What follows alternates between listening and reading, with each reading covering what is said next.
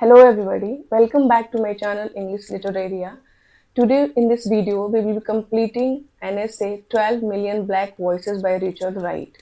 एक वीडियो इस टॉपिक पे चैनल पे ऑलरेडी पब्लिश हो चुका है और उस वीडियो में हमने राइटर के बारे में और हाफ ऑफ द एसे हमने उसमें कंप्लीट किया है। तो बिना फर्स्ट पार्ट देके आपको सेकेंड पार्ट समझ में नहीं आएगा, इसलिए I request you all to first watch the first video, the first part of this video and then come to the second part of the video.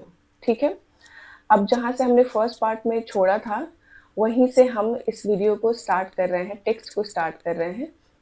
और एक क्वेरी और आ रही थी बच्चों की कि इसका टेक्स्ट नहीं मिल रहा है, तो इस वीडियो के डिस्क्रिप्शन बॉक्स में मैं ये PDF अटैच कर दूंगी, आप लोग वहाँ से डाउनलोड कर सकते हैं और पढ़ सकते हैं। अब हम टेक्स्ट शुरू करते हैं। In the main we are different from other folk in that. Now Richard Wright, हम देख रहे थे कि जो रिचर्ड राइट है वो स्लेव प्लांटेशन की बात कर रहे हैं कि कैसे जब स्लेवरी थी और प्लांटेशन में वर्क होता था तो कैसी सिचुएशन होती थी वहाँ के लोगों की, और जब स्लेवरी सिस्टम हट जाता है, जब फ्रीडम मिल जाता है, उसके बाद क्या चेंज होता है, क्या सिचुएशन है वहाँ की। तो ये डिस्कस हो रहा था। उसी में है कि रिचर्ड राइट कहते हैं कि इन द मेन, मुख्य रूप से, वी आर डिफरेंट, हम अलग हैं, from other folk in that, जो बाकी लोग हैं उन लोगों से हम अलग हैं। व्हेन एन इम्पल्स, जब कोई डिज़ायर, इम्पल्स मतलब डिज़ायर, मैंने ये जो ब्रैकेट में है लिखा हुआ है जो वर्ड है और जो हाईलाइट है, ये मैंने मीनिंग्स लिखी हुई हैं, ये टेक्स्ट का पार्ट नहीं है। मैंने पहले वीडियो में भी बताया था ताकि आप लोगों का काम आसान हो जाए। मैंने थोड़ी सी मेहनत अपने एंड से उठाई है, तो आप, मेन मोटो यही है कि आपको समझ में आ जाए, क्योंकि इसमें बहुत सारे वर्ड्स हैं जो कि थोड़े डिफ़िकल्ट हो सकते हैं, तो इसलिए मैंने उनको बगल में ही रख दिया कि बताने से अच्छा है कि आप देखेंगे तो आपको ज़्यादा समझ में आएगा। तो जब व्हेन एन इम्पल्स, जब कोई डिज़ायर मूव्स अस, हमें मूव करती है, यानी कि हमें मोटिवेट करती है, जबकि हमारे अंदर कोई डिज़ायर आती है, उत्पन्न होती है। When we are caught in the throes, throes मतलब agony, death struggle, pain, and when we are caught in throes, और जब हम किसी एगनी में, पेन में, मतलब पड़े रहते हैं, या हमें कोई एगनी या पेन होती है, ऑफ इंस्पिरेशन, किसी इंस्पिरेशन की, क्योंकि हमने पिछले स्टेंजा में पढ़ा था पैराग्राफ में कि आप इंस्पिरेशन, अगर आपकी कुछ इंस्पिरेशन भी है तो आपको सोचना पड़ेगा कि व्हाइट मैन के द्वारा ये अलाउड है भी कि नहीं है। तो इनके लिए इंस्पिरेशन होना क्या है, एक एग्नी के समान है। क्यों? क्योंकि ये उस इंस्पिरेशन को कंप्लीट कर नहीं सकते, है ना, उसको जी नहीं सकते। तो इसलिए ये इंस्पिरेशन को एग्नी कह रहे हैं कि जब कोई दुख दर्द, इंस्पिरेशन नाम की कोई दुख दर्द होती है तो हम क्या करते हैं, when we are moved to better our luck, lot मतलब होता है लक, ठीक है, ये इसकी मीनिंग है कि जब भी हम अपने लक को बेटर करने की कोशिश करते हैं, अच्छा बनाने की कोशिश करते हैं, we do not ask our self, हम अपने आप से नहीं पूछते, क्या नहीं पूछते, कैन वी डू इट, क्या हम कर सकते हैं, बट, लेकिन, we will they let us do it, क्या वो हमें ये करने देंगे। दे मतलब जो व्हाइट पीपल हैं, जो मेजॉरिटी में हैं, ठीक है, जो रूल कर रहे हैं ब्लैक फॉक पे। Before we black folk can move, इससे पहले हम जो ब्लैक लोग हैं हम मूव कर सकते हैं, इससे पहले we must first look into the white man's mind. कुछ भी करने से पहले, मूव करने से पहले हम क्या देखते हैं, हम देखना चाहते हैं व्हाइट मैन के माइंड में। हम देखना चाहते हैं कि टू सी, ये देखने के लिए, व्हाट इज़ देयर, कि वो लोग क्या सोच रहे हैं। हम जो भी एक्शन लेंगे उसका उसका जो रिजल्ट है या उसका असर क्या पड़ेगा, किसके दिमाग में, व्हाइट मैन्स के माइंड में। टू सी, ये देखने के लिए, व्हाट ही इज थिंकिंग, वो क्या सोच रहा है, and the white man's mind, और जो व्हाइट मैन की जो माइंड है, इज अ माइंड, वो ऐसा दिमाग है कि इज ऑलवेज चेंजिंग, हमेशा बदलता रहता है। वो कभी कुछ कहता है, कभी कुछ कहता है ना, कभी कुछ सोचता है, कभी कुछ सोचता है। तो उनका जो दिमाग है हमेशा बदलता रहता है। सोचिए कितनी पैथेटिक सिचुएशन है कि आपको कुछ करने की इच्छा है, लेकिन आप नहीं कर सकते। आपको पता है कि आप कर सकते हैं, लेकिन फिर भी आप नहीं कर सकते क्योंकि you are not allowed to do it. आपको अलाउ ही नहीं है कि आप कुछ भी अपने मन से अपनी लाइफ के बारे में कोई डिसीजन ले पाएँ। इन जनरल, सामान्यतः, there are 3 classes of men above us. हमारे ऊपर 3 तरह के लोग हैं, 3 तरह की क्लास है। कौन-कौन सी क्लास है? अब ये अमीरों की क्लास है, ठीक है? The lands of the lords of the land, जो लैंड के लॉर्ड हैं, है ना? यानी कि जो जिनके अंडर ज़मीनें आती हैं, जो ज़मीनों के मालिक हैं, लॉर्ड्स हैं, ठीक है? किसके? लैंड के। Sorry. Operators of the plantation, और ये क्या कौन है? ये ऑपरेटर्स हैं, ऑपरेट करते हैं प्लांटेशन के। देखिए प्लांटेशन स्लेवरी सिस्टम में अमेरिका में उस वक्त चलता था जबकि प्लांटेशन मतलब होता है, समझिए कि खेती, है ना? कि 100-100 बीघा जमीन किसी एक व्यक्ति का है और वो अपने खेती मतलब जमीनों पे कम से कम 1000 लोगों 2000 लोगों को क्या किया है, वो एम्प्लॉय किया है, उसको नौकरी दिया है और उन लोगों से कमाता है। जमीन उनकी है, लेकिन जो स्लेव्स थे, जो वर्कर्स थे, वो उनके ज़मीनों पे काम करते थे। तो वो क्या होता था? प्लांटेशंस। तो पहली क्लास किसकी है? Lords of the land. बहुत बहुत इंपॉर्टेंट क्वेश्चन ये आता ही आता है कि कौन 3 तरह की क्लास थी, है ना? सेकेंड क्लास है the bosses of the buildings, sorry the bosses of the buildings. Buildings मतलब कि जितने भी हाउसेज हैं, है ना? जितने भी हाउसेस, जितने भी बिल्डिंग्स हैं, उनके बॉस। तो यानी कि जो शहरों में जो घर हैं, उनके जो वहाँ पे जो अमीर व्यक्ति है, जो घरों को कंट्रोल करता है, बिल्डिंग्स को कंप्लीट करता है, यानी कि जो बिजनेसमैन है ना? तो दूसरा तो बिजनेसमैन हो गया, पहला लॉर्ड्स ऑफ द लैंड हो गया, जो कि ओनर्स ऑफ द फैक्ट्री है ना? तीसरा जो दूसरा जो है बॉस ऑफ द बिल्डिंग्स, वो क्या है? इंडस्ट्री का ओनर है। पूरे शहर में इंडस्ट्री इंडस्ट्री इसी के कंट्रोल में है। And the vast number of, और तीसरी क्लास किसकी है? एक बड़ा नंबर किसका? Poor white workers. सिर्फ ऐसा नहीं कि ब्लैक फोक ही गरीब है, वहाँ पे जो व्हाइट वर्कर्स भी हैं, व्हाइट लोग भी हैं, एक उनकी भी क्लास है जो कि गरीब है। तो पहला तो ये हो गया लॉर्ड्स ऑफ द लैंड, दूसरा हो गया the bosses of the buildings, तीसरे में वो सारे गरीब वर्कर्स आ रहे हैं। और इनके बारे में क्या कहता है? आवर इमीडिएट कंपिटिटर्स, यानी कि जो हमारे पहले कॉम्पिटिटर्स हैं, ये वही हैं, पुअर वाइट वर्कर्स। ये लोग हमारे कॉम्पिटिटर्स नहीं हैं। क्यों? क्योंकि हम लोग भी वर्कर्स हैं, लेकिन हम ब्लैक वर्कर्स हैं, तो हमारे लिए मुश्किल थोड़ी ज़्यादा है। जबकि व्हाइट में भी एक ऐसी क्लास है, पुअर वाइट वर्कर्स की, जो हमारे कॉम्पिटिटर्स हैं, वो भी हमारे जैसे ही काम करते हैं। In the daily struggle of bread, तो हमारे कॉम्पिटिटर है किस चीज़ में? डेली स्ट्रगल ऑफ ब्रेड, रोज की दिनचर्या की है उनकी, ब्रेड कमाना, रोटी कमाना, है ना? हर एक दिन उनके लिए भी स्ट्रगल है कि कैसे काम ढूंढे, कैसे पैसे कमाएं। तो इस तरह से ये हमारे कॉम्पिटिटर हुए। ये क्वेश्चन बन सकता है कि जो ब्लैक फोक हैं उनके कॉम्पिटिटर, इमीडिएट कॉम्पिटिटर कौन है? आपको लगाना पड़ेगा पुअर वाइट वर्कर्स, ठीक है? The lords of the land hold sway over the plantation and over us. अब कह रहा है कि जो लॉर्ड्स ऑफ द लैंड है, होल्ड स्वे मतलब डोमिनेशन, कंट्रोल, रूल। तो जो लॉर्ड्स ऑफ द लैंड है उनका कंट्रोल किस पे है? ओवर द प्लांटेशन, प्लांटेशन पे उनका फुल कंट्रोल है। वो डोमिनेट करते हैं, रूल करते हैं। ये मीनिंग मैंने लिखी है बाद में, ये मेन टेक्स्ट का पार्ट नहीं है। आपके मेन टेक्स्ट में स्वे वर्ड था, ठीक है? Over us and over us, और हमारे ऊपर। तो जो लॉर्ड्स ऑफ द लैंड है उनका प्लांटेशन पे डोमिनेशन ही रूल है, और हमारे पे, क्योंकि हम प्लांटेशन पे काम करते हैं, हम प्लांटेशन पे डिपेंडेंट हैं। The bosses of the building, और वहीं जो इंडस्ट्री के मालिक हैं, यानी कि जो बॉसेस ऑफ द बिल्डिंग है, जो इंडस्ट्री चला रहे हैं, लेंड मनी, लेंड मतलब लोन पे पैसे देते हैं, money, and issue orders to the lords of the land. तो वो तो पैसे देते हैं लोन पे, और ऑर्डर भी पास करते हैं किसको? Lords of the land. तो ये जो इंडस्ट्री के जो बॉस हैं, वो लॉर्ड्स ऑफ द लैंड को ऑर्डर पास करते हैं, ठीक है? ये थोड़े और बड़े हो गए। The bosses of the building जो बॉसेस ऑफ द बिल्डिंग है, यानी कि जो इंडस्ट्री के जो मालिक हैं, feed upon the lords of the land. ये लॉर्ड्स ऑफ द लैंड के भरोसे रहते हैं, है ना। ये उनको उनके अंडर रखते हैं, अपने अंडर किसको रखते हैं, लॉर्ड्स ऑफ द लैंड पे। फीड अपॉन मतलब किसी के बदौलत जीवित रहना। तो ये ऐसा नहीं कि इनके बदौलत जीवित रहते हैं, बल्कि इनकी जो बॉसेस ऑफ द बिल्डिंग्स है, इंडस्ट्री, इनका पैसा मेन यहीं से आता है ना, upon the lords of the land.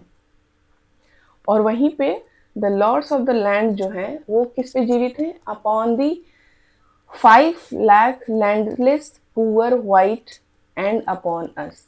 वही जो lands of the lords of the land हैं, जो प्लांटेशन को कंट्रोल करते हैं, 5 लाख लैंडलेस, जिनके पास जमीन नहीं है, पुअर वाइट्स और अपॉन अस एंड अपॉन अस, और हम लोगों पे क्या, फीड ऑन, वो हम लोगों पे आश्रित हैं, उनकी उनकी कमाई हम लोगों से होती है, हम लोगों को ऑप्रेस करके, हमसे काम निकलवा के। Throwing to the poor whites, और वो क्या करते हैं, जो गरीब सफ़ेद वर्कर्स हैं उनको थ्रो करते हैं, उनको मतलब उनको क्या देते हैं, द स्कैंट, बहुत कम, सोलेस, कॉन्सोलेशन ऑफ फिल्चिंग, ठीक है। उन्हें बहुत कम सोलेस के तौर पे उनको कुछ भी मिलता है, जो वाइट वर्कर्स हैं उनको मिलता तो है लेकिन बहुत कम, सोलेस मतलब कॉन्सोलेशन के तौर पे, चलो चलो बोलते हैं ना कि उसको तो कुछ भी नहीं मिल रहा है, तुमको इतना मिल रहा है ना, रख लो। ये सिचुएशन है कि ब्लैक फॉक को तो कुछ भी नहीं मिल रहा है, तुम व्हाइट हो, तुमको कम से कम काम तो मिल रहा है, तो जो जो भी मिल रहा है रख लो, है ना। ये भी धमका के दिया जा रहा है। ऑफ फिल्चिंग, फिल्चिंग मतलब स्टील, चुरा कर। कहाँ से चुरा रहे हैं ये लैंड्स ऑफ द लॉर्ड, ये राइट कह रहे हैं कि ये हमसे चुराते हैं, जो ब्लैक फोक है उससे चुरा के पुअर वाइट को जो थोड़ा बहुत भी बचता है देते हैं। From us 4 lakh landless blacks, जो हम 4 लाख लैंडलेस ब्लैक्स हैं, हम लोगों से कुछ चुरा कर, हमारे हिस्से जो आना था उसको चुरा के वो किसको देते हैं, पुअर वाइट्स को। what the poor whites landless blacks, what the poor whites themselves are cheated of in this elaborate game। हालांकि जो पुअर वाइट्स हैं वो भी चीट किए जा रहे हैं, ऐसा नहीं कि उनको पैसा दिया जा रहा है, बहुत कम दिया जा रहा है, और इस तरह से वो खुद भी चीट किए जा रहे हैं। In this elaborate game, elaborate मतलब बिगर, ये बहुत बड़ा गेम है और उसमें हम सब चीट हो रहे हैं, चाहे वो पुअर वाइट वर्कर्स हो, चाहे ब्लैक फॉक हो। ब्लैक फॉक क्या होता है कि डबल ऑपरेस्ड है ना। Now let's move to the next passage. Back of this tangled process is a long history. कह रहा है राइटर कि इस टैंगल्ड मतलब कॉम्प्लेक्स, इस कॉम्प्लेक्स प्रोसेस के पीछे एक बड़ी कहानी है, एक बड़ा इतिहास है। ये जो प्रोसेस है मतलब कि कौन किसके पे आश्रित है, ये भी आप याद रखेंगे। लैंड ऑफ द लॉर्ड्स पे के ऊपर है लैंड ऑफ द बिल्डिंग्स, और उसके नीचे सबसे नीचे हैं poor white workers. When emancipation proclamation was signed, देखिए एक बिल आया था, इमेंसिपेशन प्रोक्लेमेशन अनाउंस, इसको मैंने लिख दिया है आप लोगों के लिए, डेट नहीं था, मैंने लिख दिया है 1863। इमेंसिपेशन मतलब लिबरेशन, फ्रीडम से रिलेटेड है। प्रोक्लेमेशन मतलब होता है अनाउंसमेंट, घोषणा। तो लिबरेशन से लेके जो स्लेव का लिबरेशन है, पहले स्लेवरी सिस्टम वहाँ पे चलती थी, अफ्रीका से यहाँ तक कि इंडिया से भी उस वक्त के स्लेव्स जाते थे अमेरिका में, और वो कॉलोनीज थी, उसको कॉलोनी बना के जो ब्रिटिशर्स थे वो उसमें रहते थे। तो यही अमेरिका के, इंडिया के जो स्लेव्स थे उनको प्लांटेशन पे काम देते थे, ठीक है। देर वर, तो वही कह रहे हैं कि जब ये इमेंसिपेशन, ये जो फ्रीडम का जो बिल आया था 1863 में, there were some 4 lakh of us black folk stranded and bewildered upon the land which we had tilled under compulsion for 2.5 centuries। तो जब ये बिल आया, यानी कि जब हमें फ्रीडम मिला, मान लीजिए स्लेव्स थे उनको फ्रीडम मिल गई, तो हम कितने थे उस वक्त, 40 लाख लोग थे हम, अस ब्लैक फॉक, हम काले लोग कितने थे, 40 लाख थे। स्ट्रैंडेड मतलब स्टक, फंसे हुए थे, एंड बिविल्डर्ड, परप्लेक्स्ड, कंफ्यूज्ड थे, कहाँ पे, अपॉन द लैंड, उस जमीन पे, which we had tilled, जिसको हमने टिल्ड मतलब होता है क्या उसको हार्वेस्ट करना है ना, हार्वेस्ट करना, खेती करना, उसको जुताई करना जब लैंड की करते हैं, है ना।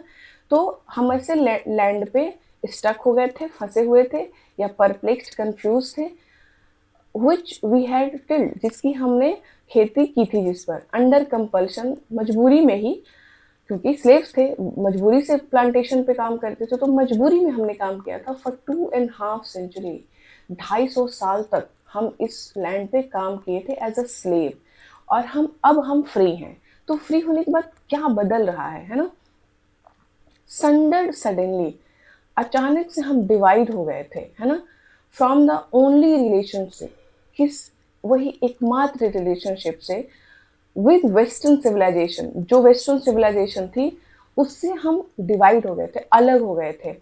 We had been allowed to, जो कि हमें अलाउ था, हम अलाउ थे करने के लिए, फ्रॉम सिंस आवर कैप्टिविटी, जब से हमें बंधक बनाया गया था, जब से हम स्लेवरी सिस्टम के पार्ट बने हैं, तब से हम इस वेस्टर्न सिविलाइजेशन के पार्ट थे, इस लैंड के ही बदौलत। क्यों? क्योंकि हम इस लैंड पे खेती करते थे।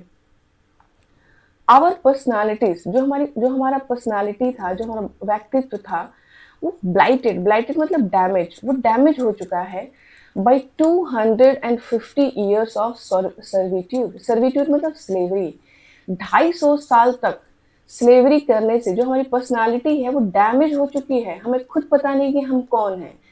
And eager to hold our wives, और हम क्या थे, हम इच्छुक थे बांधे रखने की, आवर वाइफ्स, अपने पत्नियों को, एंड हस्बैंड्स, अपने पतियों को, एंड चिल्ड्रन, और अपने बच्चों को, टुगेदर इन फैमिली यूनिट्स, एक फैमिली के तौर पे। देखिए एक यहाँ पे एक सीन है कि जब प्लांटेशन पे ये वर्कर्स काम करते थे और जब इनको बेबी होता था, ठीक है, जब औरतें प्रेग्नेंट होती थी और जब इनको बच्चा हो जाता था, तो उनके नए बच्चे को किसी दूसरे प्लांटेशन पे भेज दिया जाता था, किसी की पत्नी को, किसी के पति को अलग अलग प्लांटेशन पे भेज के काम कराया जाता। कभी फैमिली को साथ में नहीं रखा जाता, कि डर रहता था ओनर्स को कि कहीं अगर इनकी फैमिली बड़ी हो गई और ये एक गुट होके यूनानिमसली अगर ये रिवॉल्ट कर दिए, तो ये भी सिर्फ ये नहीं काम कराया जाता था, पर्सनल लेवल पे भी बहुत ऑपरेट किया जाता था कि फैमिलीज को अलग कर दिए जाते थे। बच्चा अपने माँ को पहचान नहीं रहा है उस स्टेट में, वो इतना ही छोटा होता था और उसको अपनी माँ से, बच्चे से अलग कर दिया जाता था। वो कब मिलता था, नहीं मिलता था, कितने बच्चे तो कभी अपनी माँ का चेहरा तक नहीं देखे। ये ब्रूटल सिचुएशन थी वहां पे प्लांटेशन की। Some of us turned back to the same lords, जब हम फ्री हो गए तो करेंगे क्या, अब फ्री हो गए, पूरा सिचुएशन तो वो स्लेवरी को सपोर्ट कर रहा है, आप सिर्फ पेपर पे हमें फ्री किए हैं, लेकिन धरती पे, प्रैक्टिकल लेवल पे, धरातल पे तो अभी भी हम सिचुएशन वही है। तो हम क्या किए, सम ऑफ अस, हम में से कुछ लोगों, टर्न बैक, फिर मुड़ गए कहाँ पे, same lords of the land, उसी लॉर्ड्स ऑफ द लैंड के पास गए। क्यों? क्योंकि मीन्स ऑफ प्रोडक्शन तो उसी के पास है, सारा बिल्डिंग, फैक्ट्री, खेत उसके पास है, तो हम जाएंगे कहाँ, हम फिर उसके पास चले गए। Who had held us as a slave, जिसके पास हम एज अ स्लेव काम करते थे, एंड बेग्ड फॉर वर्क, और भीख मांगते थे, हम फिर उसी के पास चले गए। रिसोर्टेड टू देयर एडवाइस, और हम फाइनली फिर क्या किए कि हम उन्हीं की एडवाइस पे रिलाय करने लगे, आश्रित हो गए, क्योंकि हमारे पास, हमें सिर्फ पेपर पे फ्री किया गया था, हमारे लिए अचानक से कुछ ऐसा नहीं किया गया था सोशली पॉलिटिकली कि हमारी स्लेवरी जो थी वो प्रैक्टिकल लेवल में पे ख़त्म हो। एंड देयर बिगेन, और इस तरह से शुरू होता है फॉर अस, हमारे लिए, a new kind of bondage, हमारे लिए एक नई स्लेवरी शुरू होती है, हम एक नया बंधक बनते हैं। हम किस रूप में? Share cropping. शेयर क्रॉपिंग देखिए क्या है, अभी हमने ऊपर डिस्कस किया था। शेयर क्रॉपिंग जब दूसरे का लैंड हो और आप एक तरह से किराए की तरह काम करके उसमें से डिसाइडेड कोई एक पार्ट, दो पार्ट, जितना भी आपका पार्ट हो, अनाज से लेके, और पूरा अनाज लैंड ओनर को दे देते हैं। जैसे हमारे यहाँ बोलते हैं ना, बटाई पे खेती करना, यही है शेयर क्रॉपिंग, बटाई पे खेती करना। Glad to be free, free होके हम बहुत खुश थे। सम ऑफ अस, हम में से कुछ लोग ड्रिफ्टेड, इधर उधर जाने लगे, एंड गेव वे टू मतलब होता है गिव अप, सरेंडर कर देना। गेव, हम में से कुछ लोग ड्रिफ्टेड मतलब इधर उधर निकले, और गेव वे टू सरेंडर कर दिया किसके आगे, टू एवरी वेगरी, हर एक फैंसी इमेजिनेशन, फैंसी डिजायर्स जो हमारे अंदर आई थी, ऑफ इम्पल्स। वैगरी मतलब फैंसी, जो जो मनमाना तरह का कोई काम हम करने लगे थे, ठीक है। हमारे हमारे जो डिजायर्स थे वो हमें मजबूर कर रहे थे कि मनमाना अनडिसिप्लिन्ड चीजें करने के लिए, क्योंकि हम अभी हाल ही में फ्री हुए थे, तो हमें वो सब करना था जो हम नहीं कर पाए थे। तो कुछ लोग तो ये काम करने में लग गए, दैट स्वेप्ट थ्रू अस, जो ये मनमानी हरकतें, जो इलॉजिकल काम जो हमारे अंदर आ रहे थे, जो हमारे, हम अपने भावनाओं को दबाए रखे थे, वो अचानक से आई, तो कुछ तो वो काम करने लगे। Being held in the line of life, हम, क्योंकि हम ऐसे, हम लाइफ में किस तरह से हमने अपनी लाइफ को जिया था, by the necessity to work and eat. हमारे पास दो ही काम था उसके पहले, कि काम करो और खाओ। लेकिन जब ये चीजें हटी हमारे से, तो हम थोड़े से अपने बिगड़े हुए मनमाने डिजायर को भी कंप्लीट करने में लग गए कुछ लोग, ठीक है। Confined for centuries to the life of the cotton field, ठीक है। सालों तक हम कॉटन फील्ड में ही हमारी लाइफ बीत गई, कॉटन फील्ड में, है ना, जहाँ पे कॉटन इंडस्ट्री में हमारी लाइफ सालों तक बीत गई। मेनी ऑफ अस, हम लोगों में से बहुत सारे लोग, पर just no feelings of family, हमारे अंदर फैमिली बनाने की, फैमिली रखने की अब तो फीलिंग ही खत्म हो गई थी। होम, कम्युनिटी, रेस, चर्च और प्रोग्रेस, इसमें से किसी भी चीज़ की फीलिंग्स नहीं थी, क्योंकि सालों की गुलामी के बाद हमारे मन में ये भाव ही खत्म हो गए थे। हम बस एक गुलाम थे, आज़ादी के बाद भी, है ना। क्या सिचुएशन है, आप लोग बस इमेजिन करिए। We could scarcely believe that we were free, हम मुश्किल से बिलीव कर पाते थे, स्कार्सली मतलब मुश्किल से ही हम बिलीव कर पाते थे कि हम फ्री थे, we were free. And our restlessness and incessant mobility, incessant मतलब होता है कंटिन्यूअस, लगातार, मोबिलिटी मतलब घूमना फिरना टहलना। तो जो हमारा रेस्टलेसनेस, हम रेस्ट ही नहीं कर पा रहे थे, हम बेचैन थे, और जो हमारी जो लगातार ये जो हम घूमते रहते थे, वर आवर नाइव वे, हमारा नाइव मतलब बचकाना, हमारी ये बचकाना तरीका था हमारा, ऑफ टेस्टिंग, इस बात को टेस्ट करने का, दैट फ्रीडम। तो फ्रीडम का टेस्ट करना या फ्रीडम को एक्सरसाइज करना का एकमात्र नेव तरीका, बचकाना हरकत हमारे पास क्या था, कि खूब घूमते रहो घूमते रहो, हम घूमने के लिए फ्री हैं।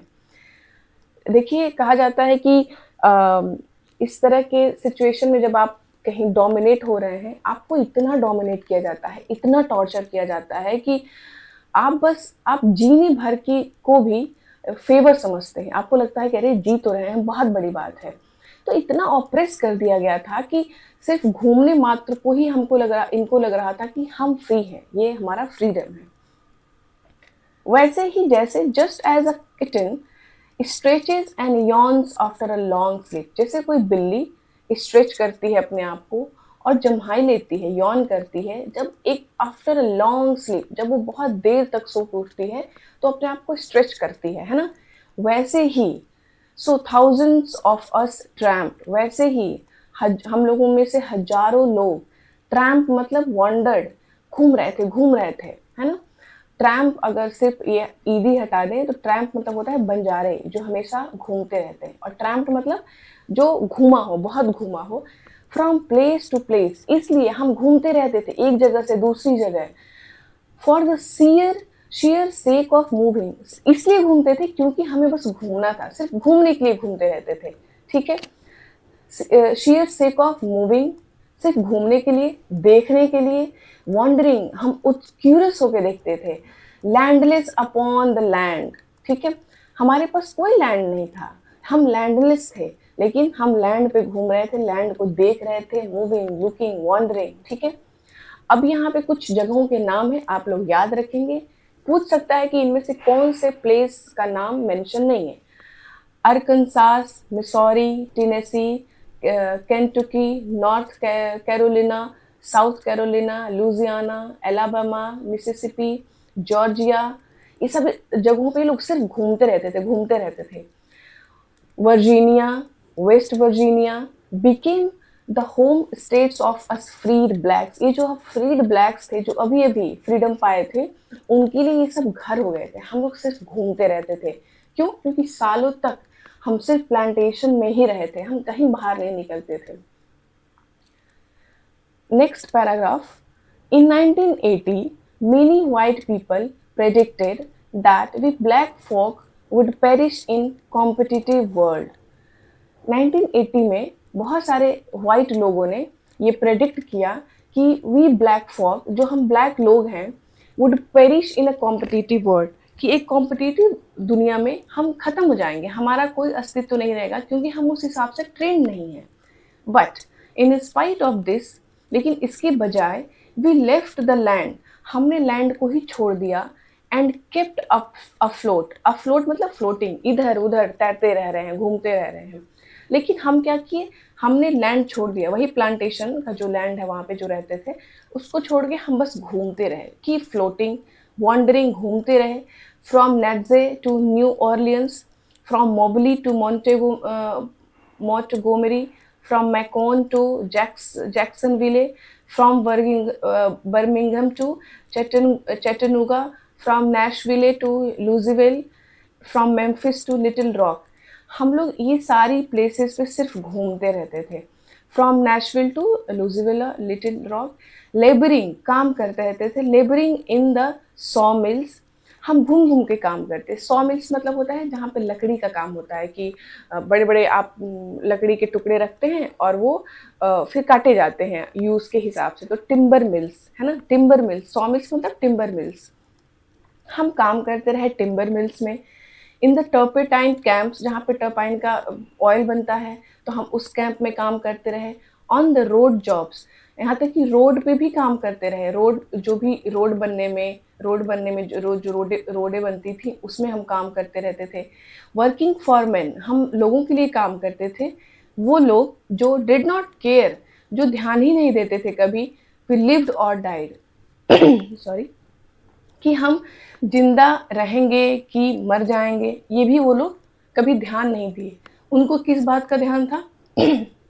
But who did not want their business, वो नहीं चाहते थे अपने काम, एंटरप्राइज जो भी उनका बिजनेस था, to suffer for lack of labour, कि उनका जो काम है वो कभी सफ़र करे लेबर के नीड में, तो इसलिए उनको सिर्फ लेबर चाहिए था, इसलिए वो हमें काम दे देते थे। During the first decade of 20th century, 20th century के पहले दशक में, more than 1.75 millions of us, 3/4 million of us, हम लोगों से मतलब जो 3/4 मिलियन लोग थे हमारे में से, अबैंडन द प्लांटेशन, उन्होंने प्लांटेशन छोड़ दिया था, ठीक है। अपॉन विच, जिस पे वी हैड बीन बॉर्न, जिस पे हम पैदा हुए थे, मोर देन अ मिलियन, ठीक है, लाखों लोगों से ज़्यादा, हम लोगों में से लाखों लोगों से ज़्यादा लोग roamed the states of the south, south के स्टेट्स में घूमते रहते थे। एंड रिमाइंडर ऑफ अस, और जो बचे थे हम लोगों में से, ड्रिफ्टेड नॉर्थ, वो नॉर्थ चले गए, ठीक है। Our women fared survived, our women fared easier than we men during the early days of freedom. देखिए, फेयर्ड का मतलब है सर्वाइव या सफल होना, कैसे भी, ठीक है, सर्वाइव करना या सफल होना। तो जो हमारी वुमेन थी, अब जो ये ब्लैक फोक थे, तो ब्लैक वुमेन फोक भी तो होगी, तो जो ब्लैक वुमेन थी वो सरवाइव कर ले गई, वो थोड़ी सफल रही। हम किसके बजाय? We men during the early days of freedom, जब हमें फ्रीडम मिला तो जितना मुश्किल हमारे लिए था काम ढूंढना या कोई भी ऐसे इस लाइफ को सरवाइव करना, तो जो वुमेन थी वो थोड़ी उनके लिए थोड़ा ईजियर था ये job situation. On the whole, कुल मिला के, their relationship to the world was more stable than ours. On the whole their relationship, their मतलब जो वो ब्लैक वुमेन थी, उनका जो रिश्ता था, जो रिलेशनशिप था, टू द वर्ल्ड, वर्ल्ड मतलब दुनिया से, यहाँ पे दुनिया का मतलब, वर्ल्ड का मतलब ये भी है जो ब्लैक फॉक हैं, जो ब्लैक लोग थे, जो हमें रूल किए थे, तो उन लोगों से उनका relationship was more stable than hours, हमारे से थोड़ा ज़्यादा स्टेबल था, अच्छा था। किनकी? जो ब्लैक वुमेन फॉक थी, ठीक है। देयर अथॉरिटी वॉज सुप्रीम, उनकी जो अथॉरिटी थी वो सुप्रीम थी in most of our families. हमारी फैमिलीज में उनकी जो अथॉरिटी थी वो सुप्रीम थी। In as much as many of them, क्योंकि उनमें से बहुत सारी had worked in the big houses, उनमें से बहुत सारी औरतें बिग हाउसेस, बड़े बड़े घरों में वो काम की हुई थी। Of lords of the land, जो लैंड ऑफ द लॉर्ड्स थे उनके घरों में वो पहले से काम की थी जब वो स्लेव थी, तो अब भी उनके रिश्ते ठीक ठाक थे। एंड हैड लर्नड, और वो सीख गई थी क्या, manners, had been taught to cook करना सीख गई थी, सिलाई कढ़ाई करना सीख गई थी, एंड नर्स, और देखभाल करना। वो स्लेवरी में ही उनका ये सब काम रहता था, तो अब उनके पास इतने स्किल्स तो कम से कम थे। ड्यूरिंग स्लेव डेज के दौरान they did not always belong to us, ये जो ब्लैक वुमेन थी वो सिर्फ हमारे पास नहीं रहती थी। For the lords of the land, जो लॉर्ड्स ऑफ द लैंड थे उनके लिए often took them for their pleasure, उनके प्लेजर के लिए इन ब्लैक वुमेन को ले जाया जाता था। When a gang of us, जब हम जो ब्लैक लोग थे, मेल, जो ब्लैक मेल पीपल जो थे, sold from one plantation to another, जब एक प्लांटेशन से दूसरे प्लांटेशन हमको सेल कर दिया जाता था। Our wives would sometimes be kept by lords of the land, तो हमारी वाइफ्स को कभी कभी वहीं पे रखा जाता था, किसके पास, lords of the land. And we men, और हम men would have to mate, हमें रिश्ता बनाना पड़ता था, रिलेशनशिप इस्टेब्लिश करना होता था। यहाँ पे फिजिकल रिलेशनशिप की बात हो रही है। With whatever slave girl we chance upon, जो भी स्लेव गर्ल हमें दूसरे प्लांटेशन पे मिलती थी, हमें उसके साथ फिजिकल रिलेशनशिप इस्टेब्लिश करना पड़ता था, क्योंकि जो हमारी वुमेन थी उनको तो किसी और उसी पहले प्लांटेशन पर रख लिया जाता था और हमें किसी और प्लांटेशन पे भेज दिया जाता था। तो हम जिस प्लांटेशन पे जाते थे वहाँ पे जो भी स्लेव लड़की मिलती थी हम उससे रिश्ता इस्टेब्लिश करते थे, ठीक है। Because of their enforced intimacy, ये जो इंटीमेसी उन पे फोर्स किया जाता था, जो हमारी ब्लैक वुमेन थी with the lords of the land, ये जो रिश्ता, जबरदस्ती का रिश्ता बनवाया जाता था लॉर्ड्स ऑफ द लैंड से। मेनी ऑफ आवर वुमेन, हमारी बहुत सारी औरतें, after they were too old to work, जब वो काम करने के लिए बहुत बुढ़ी हो जाती थी, जब वो काम उनसे नहीं करने की सिचुएशन में रहती थी, were allowed to remain in the slave cabin, तो उनको अलाउ होता था कि वो स्लेव केबिन में रह सकती थी, ठीक है। टू टेंड मतलब होता है टेक केयर करना, देखभाल करना, और उनको देखभाल करने को कहा जाता था जनरेशंस ऑफ ब्लैक चिल्ड्रन। तो जो ब्लैक चिल्ड्रन की जनरेशन होती थी उनको देखभाल करने के लिए इन औरतों को, जो अब वृद्ध हो चुकी होती थी, उनको क्या था, स्लेव केबिन में रखा जाता था। दे इंजॉयड अ स्टेटस, उनको एक ऐसा स्टेटस मिलता था, डिनाइड अस मेन, जो हमें नहीं कभी मिला, ठीक है। बीइंग कॉल्ड मैमीज, उन लोगों को मैमी कहा जाता था। एंड थ्रू द ईयर्स, और इतने सालों में, they became symbols of motherhood, वो मदरहुड की मतलब सिंबल हो गई थी, क्योंकि वो छोटे छोटे ब्लैक जो चिल्ड्रन थे उनकी देखभाल करती थी। Retaining in their withered bodies the burden of our folk wisdom, और वो वृद्ध थी, वो सालों से रह रही थी, तो क्या करती थी, उनके विदर्ड बॉडीज में, मतलब यानी कि जो वृद्ध हो गई थी, अपने एज्ड बॉडी में, या बॉडी उनके शरीर से मतलब नहीं है, ये उनसे मतलब है कि वो अपने एज्ड, जो वो एज्ड हो गई थी, अपने अंदर क्या रखती थी, the burden of our folk wisdom, जो हमारा फोक कल्चर था, जो हमारी जो फोक विजडम थी, समझ थी, वो उन्हीं के अंदर रहती थी। रेनिंग एज आर्बिटर्स, ये मीडिएटर का काम करती थी। आर्बिटर्स मतलब मीडिएटर, आपने देखा होगा चेस के गेम में आर्बिटर रहता है ना, दोनों की मध्यस्थता करता है। तो वो क्या करती थी, रूल करती थी, कैसे, आर्बिट्रेटर्स, मीडिएटर के जैसे काम करती थी इन आवर डोमेस्टिक अफेयर्स, हमारे जो घर के अफेयर्स होते थे उसमें वो मीडिएटर का काम करती थी। होता है ना कि जब दो लोगों के बीच में घर में झगड़ा होता है तो गांव की कोई दादी या कोई बड़ी आती है समझाने दोनों पक्ष को, वही आर्बिट्रेटर है, मीडिएटर। तो ये लोग भी वही काम करते थे।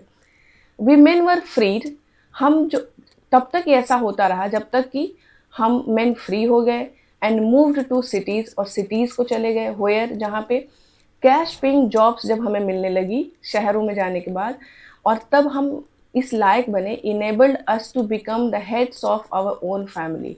और जब हम कैश पेइंग जॉब्स मिलने लगी हमें, तब हमें क्या हुआ, हम अपने फैमिलीज़ के क्या बने, हेड बने। ठीक है, तब हम अपने फैमिलीज़ से रिलेटेड फैसले ले सकते थे। देखिए, कैश पेइंग जॉब मतलब ये है कि पहली बार ये लोग जब शहर गए तो काम करने के बदले पैसे मिले। ठीक है, आज तक जब जब ये स्लेवरी सिस्टम था, पैसे तो कभी मिले ही नहीं, काम के बदले अनाज मिलता था, रहने को थोड़ा बहुत ज़मीन जगह मिल गया, है ना? The economic and political power of the south is not held in our hands. जो south south north and south America 2 part है। साउथ में सारे अमीर लोगों का बोलबाला है, साउथ फेमस ही है सारे डेवलपमेंट के लिए, फैक्ट्रीज़ के लिए, है ना? तो the economic and political power, जो इकोनॉमिक पैसे से रिलेटेड और जो पॉलिटिकल नैरेटिव से रिलेटेड, जो रूल से रिलेटेड जो पावर है, वो साउथ में है और is not held in our hand. वो हमारे हाथ में कभी नहीं आया। वो पावर का जो सेंटर है वो साउथ ही रहा। We do not own banks, हमारे पास कोई बैंक्स नहीं है, आयरन की कंपनी नहीं है, स्टील मिल्स नहीं है, रेल रोड्स का पावर नहीं है हमारे पास, ऑफिस बिल्डिंग्स, इंडस्ट्री नहीं है, शिप्स जहाज़ों पे हमारा कंट्रोल नहीं है। वाप्स मतलब होती है जेट्टी, पानी में जेट्टी चलती है। ठीक है, जैसे रोड पे ऑटो है, वैसे जेट्टी पानी में ट्रांसपोर्ट के लिए जेट्टी चलती है। और पावर प्लांट्स, और ना ही पावर प्लांट्स है। आप देखेंगे कि ये सारे मीन्स ऑफ प्रोडक्शन है, इनसे पैसे आते हैं, ये कैपिटल है। तो कहने का मतलब कि कैपिटल कभी इनके हाथ में नहीं आया फ्रीडम के बाद भी। There are some few of us, हम लोगों में से बहुत कुछ लोग ऑपरेट स्मॉल ग्रॉसरी, छोटी छोटी दुकानें करते थे ग्रॉसरी की। अंडरटेकिंग मतलब स्टार्ट करते हुए, अंडरटेकिंग इस्टेब्लिशमेंट। तो कहीं ना कहीं ये ग्रॉसरी शॉप से बहुत कम लोग, मान लीजिए 100 में से 5 लोग, और अंडरटेकिंग उन्होंने स्टार्ट किया, इस्टेब्लिशमेंट, इस्टेब्लिश होना, बहुत कम लोग। बट नन ऑफ अस, लेकिन हम में से कोई भी नहीं ओन करता है any of the stores, barber shops, rooming houses, burial societies and basic industries that shape the course of the South। तो साउथ के भाग्य कैसे बदले, साउथ क्यों साउथ है, क्योंकि वहाँ पे ये सारी बेसिक इंडस्ट्रीज हैं और हम लोगों में से किसी के हिस्से ये बेसिक इंडस्ट्री नहीं आया। South such as mining, south में क्या क्या होता है, जैसे कि माइनिंग मतलब खुदाई करना, जो लंबर, वुड कटिंग, टेक्सटाइल कपड़े का काम होता है, oil transportation and electric power, ये सारे साउथ में काम होते हैं। लेकिन हमें कभी इन कामों के में हम पार्टिसिपेट नहीं कर पाए, ये हमारे हिस्से नहीं आए। सो इसलिए इन द अर्ली स्प्रिंग, जैसे ही स्प्रिंग स्टार्ट होता है, when the rains have ceased, and जब बारिश रुक जाती थी, when the rains have ceased, जब बारिश रुक जाती थी, and the ground is ready for the ploughing, और जब जो खेत है, जो ग्राउंड है, जब वो फार्मिंग के लिए, कल्टीवेशन के लिए प्रिपेयर हो जाता था, वी प्रेजेंट आवर सेल्फ, हम अपने आप को प्रेजेंट कर देते थे किसके सामने, to the lords of the land, जो लैंड के जो लॉर्ड्स थे उनके सामने हम अपने आप को प्रेजेंट कर देते थे, प्रस्तुत कर देते थे। And ask to make a crop, और कहते थे मालिक खेती करिए। कितनी हालत खराब है कि आप जाके कह रहे हैं कि मालिक आप खेती करिए, आप खेती करेंगे तभी तभी हमें भी काम मिलेगा, है ना? मतलब भगवान, क्या ही बोला जाए, अब छोड़िए। वी साइन अ कॉन्ट्रैक्ट, हम एक कॉन्ट्रैक्ट साइन करते हैं। Usually our contracts are oral, हमारे कॉन्ट्रैक्ट्स कैसे होते हैं, ओरल कॉन्ट्रैक्ट पे साइन करते हैं हम, मतलब एक तरीका है कहने का कि बातों से आप बंध जाते हैं। Which allows us to keep, जो कि हमें क्या अलाउ होता है, 1/2 ऑफ द हार्वेस्ट, कि जो भी प्रोडक्शन हुआ होता है, जो भी अनाज आते हैं, उसका जो 1/2 है वो हम रखते हैं, बाकी हमारा लॉट रखता है जो लैंड का। आफ्टर ऑल डेप्ट्स आर पे, जब सारे डेप्ट्स पे कर लेते हैं। ये डेप्ट्स कैसे होते हैं कि जब मान लीजिए कि ये लोग गए land of the lords of the land के पास और बोले कि खेती करिए। अब खेती करने में आप जुताई करेंगे, बुआई करेंगे, उसको पानी देंगे, फिर उसकी हार्वेस्टिंग करेंगे। इतने बड़े टाइम में इसमें टाइम लगता है, 3 महीने, 4 महीने, 6 महीने। तो ये लोग उनसे पैसे लोन के तौर पे लेके बाकी अपने जरूरत का काम करते थे, ठीक है। तो जब अनाज होगा तो पहले तो 1/3 आता भी था इनके हिस्से, और उसके भी पहले वो भी तब मिलेगा जब आप पूरा डेब्ट चुका दीजिए। पता चलता था कि डेट चुकाने में ही पूरा अनाज चला गया, है ना, कुछ नहीं मिला पूरी खेती करने के बाद भी। If we have worked upon these plantation before, अगर हम इन प्लांटेशन पे पहले से काम किए हैं, जिस पे अभी कर रहे हैं, तो ये तब की बात हो रही है। We are legally bound to plant, तो हम कानूनी रूप से बाउंड हैं कि हम खेती करेंगे, मतलब बुआई भी करेंगे, टेंट उसकी देखरेख भी करेंगे, और हार्वेस्ट और कटाई भी करेंगे अनदर क्रॉप। तो मतलब पूरे सीजन आपको रहना है, आप सीजन के बीच में नहीं भाग सकते। If we should escape to the city to avoid paying our mounting debts, mounting मतलब पूरा पहाड़ के जैसे कलेक्ट, मतलब बहुत बड़ा date.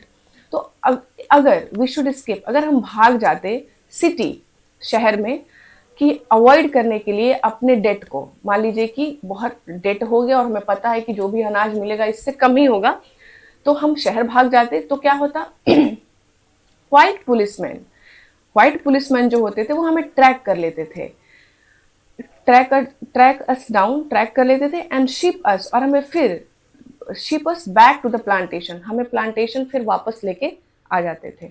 Now we have come to the last passage of this एसे।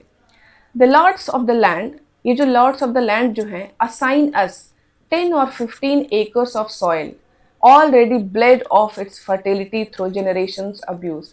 ये जो लैंड्स ऑफ द लॉर्ड थे वो, सॉरी मैं बार बार बोल दे रही हूँ, lands of the lord, lords of the land होगा। असाइनस, ये हमें देते थे 10 से 15 एकड़ जमीन, ठीक है, सॉइल हमें देते थे, जो कि ऑलरेडी ब्लेड, मतलब ब्लेड इट्स फर्टिलिटी, अपने उपजाऊपन को वो खो चुका होता था, थ्रू जनरेशंस ऑफ अब्यूज। यहाँ पे अब्यूज का मतलब बहुत लगातार सालों, मतलब जनरेशन टू जनरेशन उसमें खेती हुई है, उसका यूज किया गया है बहुत गलत तरीके से, बहुत। तो ऐसा सॉइल हमें मिलता था। दे एडवांस अस 1 म्यूल, वो हमें क्या देते थे, एडवांस मतलब फेलिसिटेट करना, वो हमें देते थे, क्या देते थे, अ म्यूल, एक घोड़ा देते थे, खच्चर देते थे, 1 प्लो मतलब कोई एक इंस्ट्रूमेंट देते थे जुताई के लिए, सीड देते थे, टूल्स देते थे, फर्टिलाइजर्स देते थे, क्लोथिंग, थोड़े बहुत कपड़े देते थे, एंड सोरगम मतलब होता है कि चारा, मोलिसिस, एंड मोलिसिस देते थे गुड़। तो हमें गुड़ देते थे खाने को चारे के रूप में, जैसे मानो कि हम एनिमल हों।